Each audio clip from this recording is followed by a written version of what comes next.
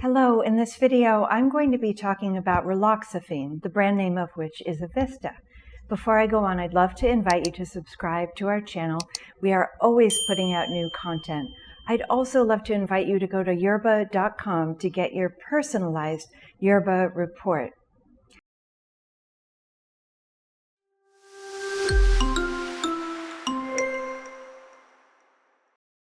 So what is Raloxifene, or Evista? What's it used for? How does it relate to breast cancer? This was a question from one of our viewers. We love to respond to your comments and create videos in response to those all the time. Raloxifene is a selective estrogen receptor modulator, or SERM. Some people call them SERMs. So is tamoxifen. Raloxifene is a little bit weaker a selective estrogen receptor modulator than tamoxifen. It's used to improve bone mineral density in people who no longer have ovarian function, for example, postmenopausal women, and it's taken orally once a day, just like tamoxifen. It's really good for the bones, and because it's weaker, it's less likely to cause some of the things we worry about, like cancer of the uterus or endometrial cancer, which the SERMs can cause by attaching basically to the lining of the uterus.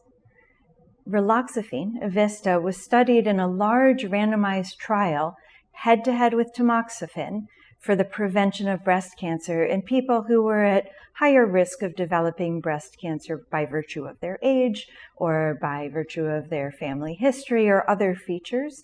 And people starting in 1999 were randomized to either tamoxifen or Evista, one or the other, and they didn't know what they were on, and then they were followed for many years. And what was looked at was the development of new cancers as well as side effects.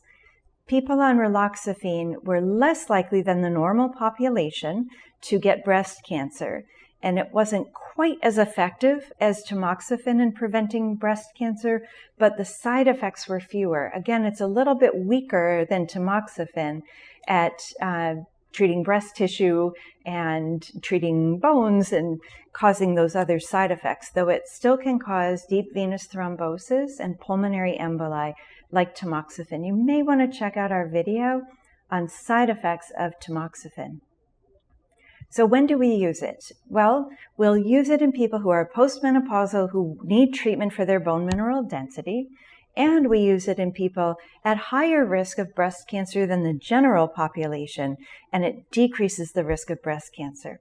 Now, there's a special scenario. If somebody is diagnosed with breast cancer and they're on Raloxifene, it's going to happen for their bones or for prevention. The impact this has on treatment is that we don't use tamoxifen in that person. So let's imagine somebody walks in, they're 43, she's been on Raloxifene for 4 years to lower her risk of breast cancer. And now she is diagnosed with a breast cancer because it's not 100% prevention. It decreases the risk. When she's done with her surgery, and if she gets chemotherapy and we want to look at an endocrine therapy for her, we would not put her on tamoxifen. And that's because basically her cancer progressed on a tamoxifen lookalike. It progressed or developed in somebody in the setting of taking a medication that's so much like tamoxifen, we can't expect that there would be benefit of tamoxifen. So in that person, tamoxifen would not be part of their treatment plan unless it were many, many years later. What if she stopped Raloxifene a year ago?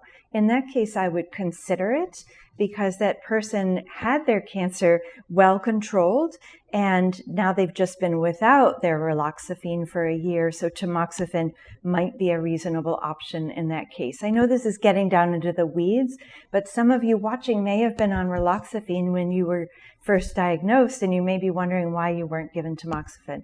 We thought that would be worthwhile explaining. So side effects of Raloxifene, Evista, are similar to those of tamoxifen, leg cramps. You can sometimes get abnormal vaginal bleeding, whether it's your periods stop or they become irregular.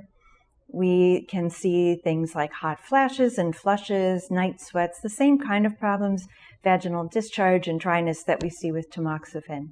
If you're advised to take Raloxifene or Evista by your doctor, make sure all your questions are answered about what side effects to expect, which ones are most common, less common, and rare.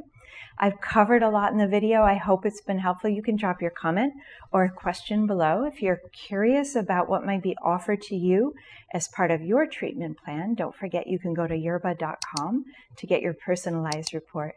Thank you as always for watching.